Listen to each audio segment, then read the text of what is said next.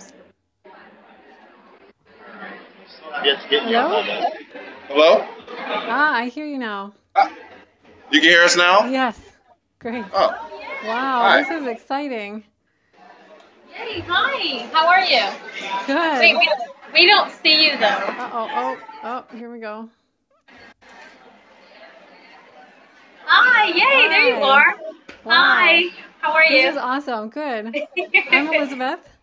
Hi, Elizabeth, Aliyah, Aaliyah. Brian, Brian. Reed, Alex, and you'll probably see our other group coming in and out as well. Great. Wow. So this Can you hear us? I'm really excited that we get to see the start of your workshop. Hey, I know, it's exciting. Yep, we've got everything set up here. I figured today it just worked out. I'm glad we had technical difficulties yesterday because this is kind of more exciting for you to see the setup for it because normally you guys see the photos. Yeah. So can you tell me about the workshop? What is it? How does it work? Sure. Reed, you want to do that? Sure, yeah. Over here. All right, so I'm Reed. Hi, Reed. I'm an intern right now, and I'm going to be one of the instructors teaching it. So basically, it's a workshop where we have a kit from the build a drone. So basically, we go through each component, each step, and explain why it's important and how it works. And we give them a build log so they can record all their information in there. So that when they go back, they can fix it themselves or, add like OSD and MTV to it. Okay. So this workshop does is it takes a kit that we've created and they build it. So we just go through the whole process. And they get an end product like this drone right here. Wow. And they get to take that home. They do. It is 3 days over the workshop. One's the frame. Second is using Mission Planner. And the third is finishing everything up, including Mission Planner, and making sure everything works okay. Awesome. So who does the workshop? Is it kids? Is it adults? All ages. Yeah. We've had people from elementary school with their dads to an older couple come in and do the workshop. They all did it successfully. So it's really a great experience for all ages. Yeah. So how did it get started? Who came up with this idea? I believe Aliyah did. Yeah, right. Actually, the idea came from our bigger project, which is the Wildlife Conservation UAV Challenge. And one of the things we learned as we started getting the design reports from the teams, that a lot of the really innovative teams were not coming from the U.S.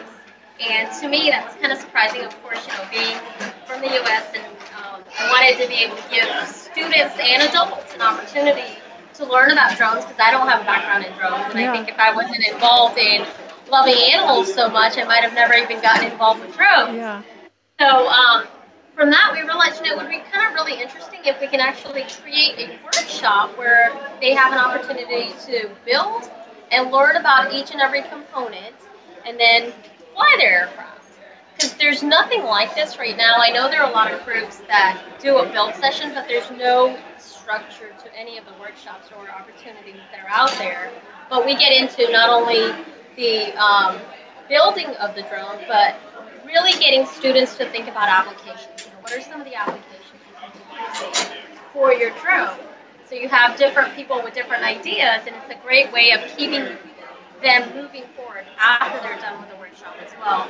And for example, a lot of our students even come back as mentors for the workshop, so that keeps them engaged and gives them the experience and opportunity to teach as well and get more involved in it and thinking long term. But really, it's a great program for people of all ages because it's music only, and a lot of people are interested in it. If you just go and purchase something out of a box and fly it, I think within the first half hour, most people crash, and then it's like, oh, now what? But this, even if they crash, they know how they built it, so they know which parts place as well. So it's really giving them an all-inclusive opportunity to learn about building and flying, and ultimately an application for the drones. Yeah, I'm sorry, your sound is a little bit quiet. I can't hear you that well. I'll move in. Is this better? Yeah. Yeah. That's a great idea. So people know everything they need to do to fix their own drone. So how does this fit in with the Kashmir World Foundation? What are you hoping to? Well, how will it work? So one of the main criteria or missions of Kashmir World Foundation is education, and we would like to integrate art, science, and technology in most of the projects that we have.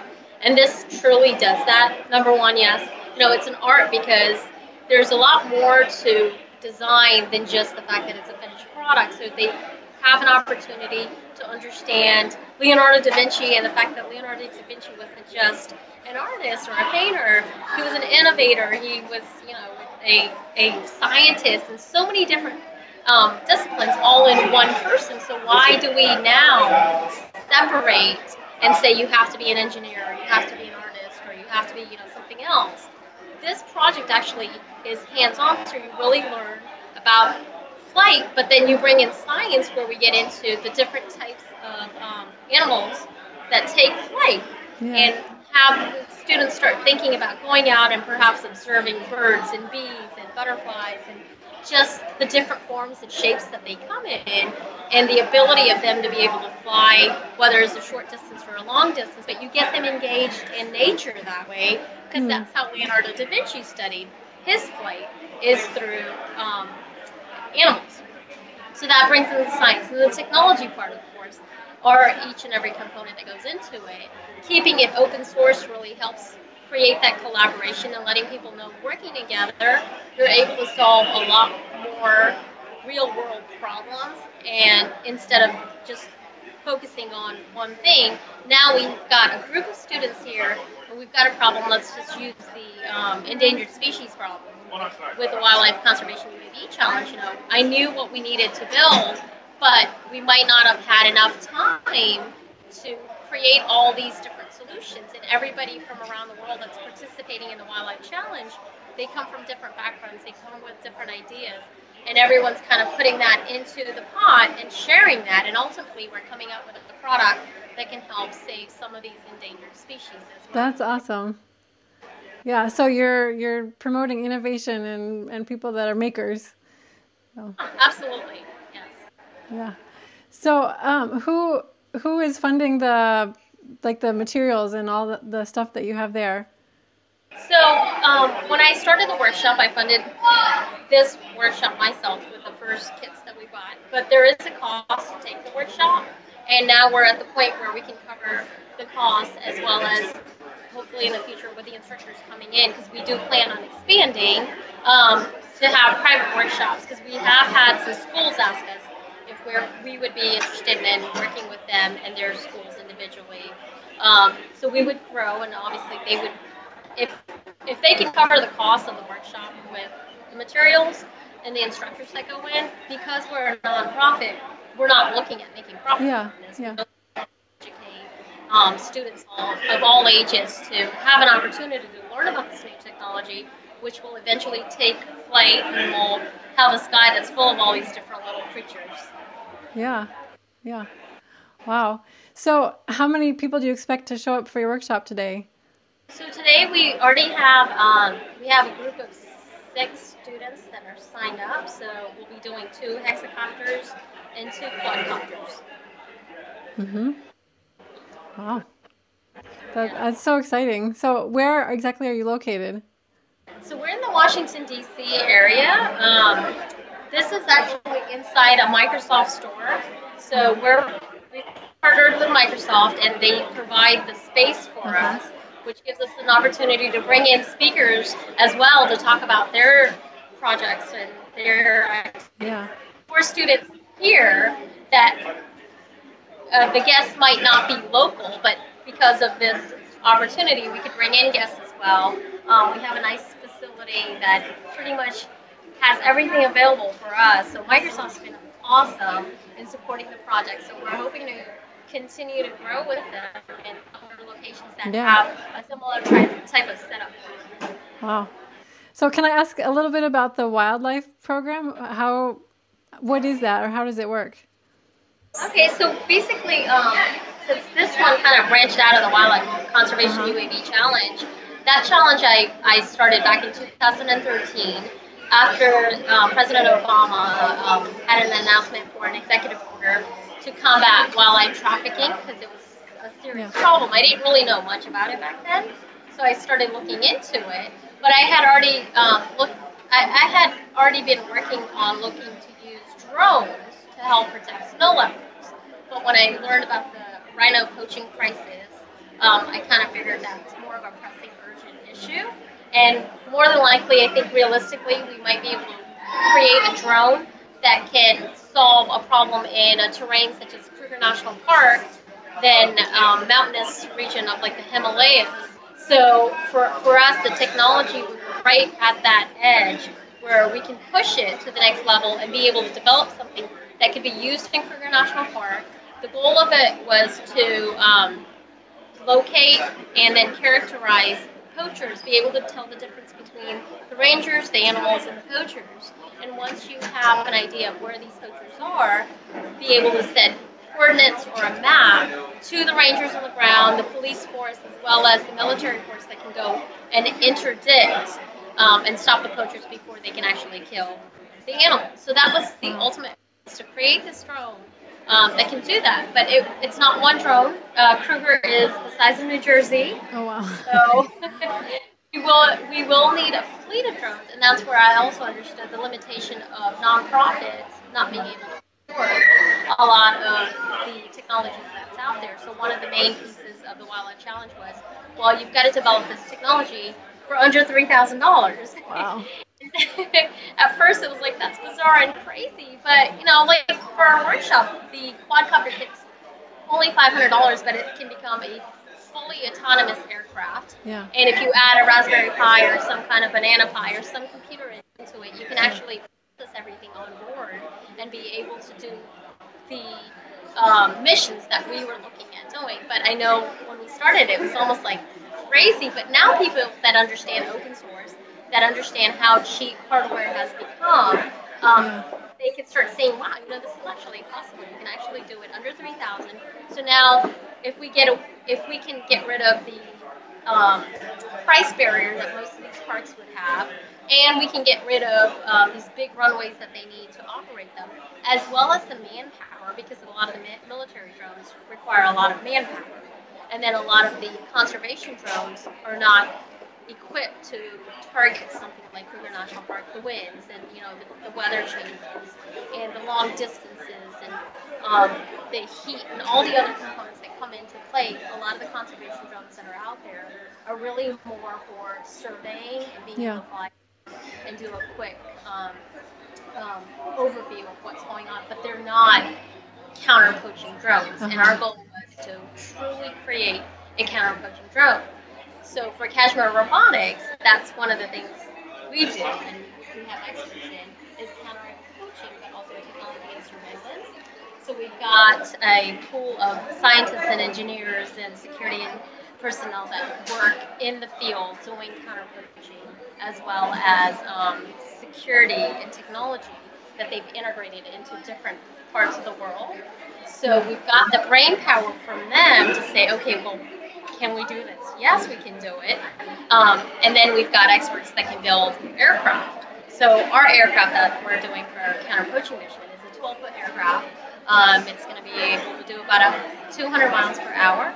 And it is modular, 3D printed. So it would be really, really exciting. And there's nothing like that out there right now. So we're really... So you're at the forefront.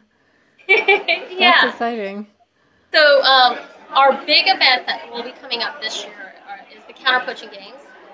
And that's where the top teams that have really focused on building this technology will fly to South Africa, and we'll have a simulated poaching scenario that they would have to pass.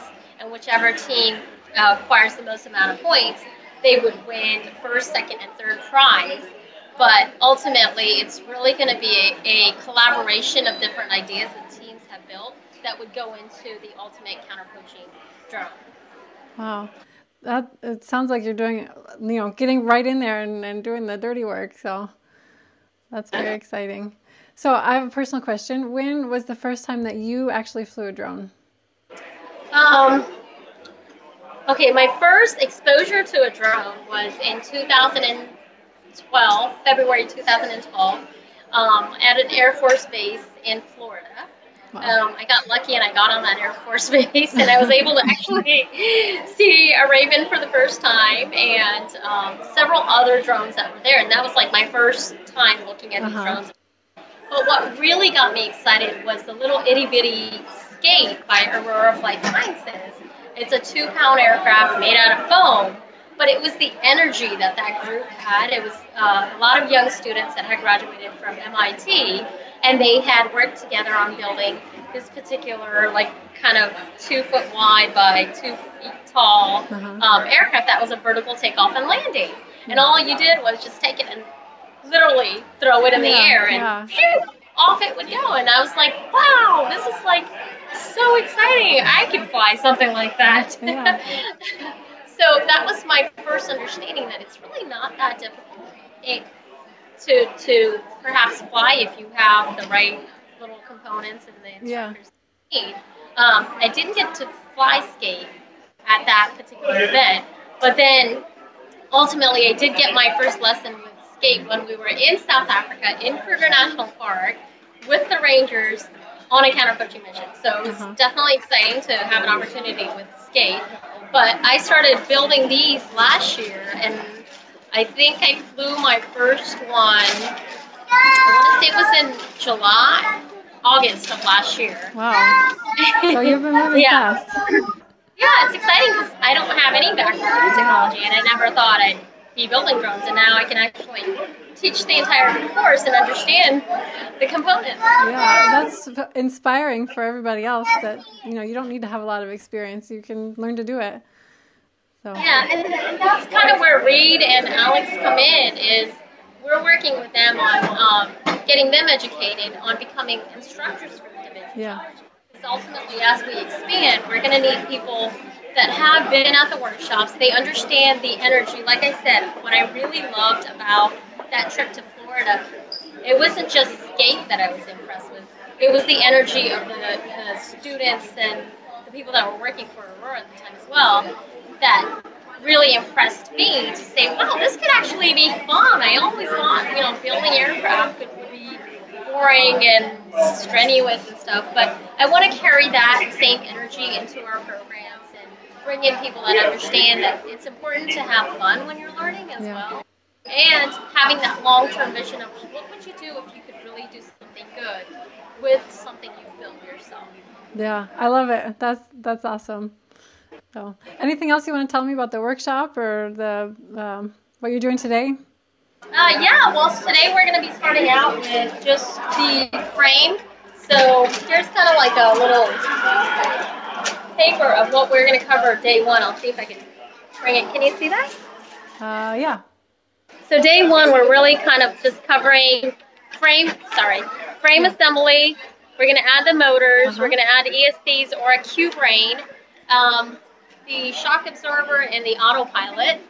But each student is going to have to understand what it does as well. So that would be our goal, is to get them to have just the basic frame main components on for today. And then next week, we'll go ahead and add the GPS and the power module, the RC receiver, as well as the telemetry air radio, because they will be able to fly this autonomously as well as with a controller. So it's kind of nice that they learn about autonomous aircraft. So that's where we'll get heavily involved with the autopilot today.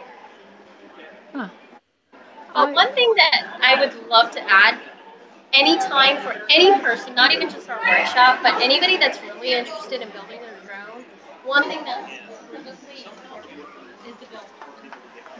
And the build log is basically like your laboratory notebook. And for example, if I was going to do my build log, the first thing you would write is the date, obviously, and what is it you're going to do. If it's the frame, you kind of have a short description of the frame, and then you might want to sketch it out. So now you have a visual memory in a picture format. Yeah. Written thing, what kind of bullets did you use to nuts and bolts and all the other little components that would go into it. And then everybody's got some kind of phone now, so you can easily take that photo and print it out and include it in your build log as well. And that whole idea comes back from Leonardo da Vinci. Just the fact that he was amazing at taking all these notes, and his stuff is worth billions of dollars because Yeah. he details about how he came to a conclusion about a certain innovation that he created or invention he created. So one of the things we really stress for the students is the ability to have a really good build log. So if I was to give you my build log, you should be able to create this. Yeah, I can use it. Right? Yeah. And that's what we want the students to do. So ultimately, on the day of flying the aircraft, they would have to show their build log that they've done their build log. That's the main thing. And we'll do a ground test to make sure everything's working.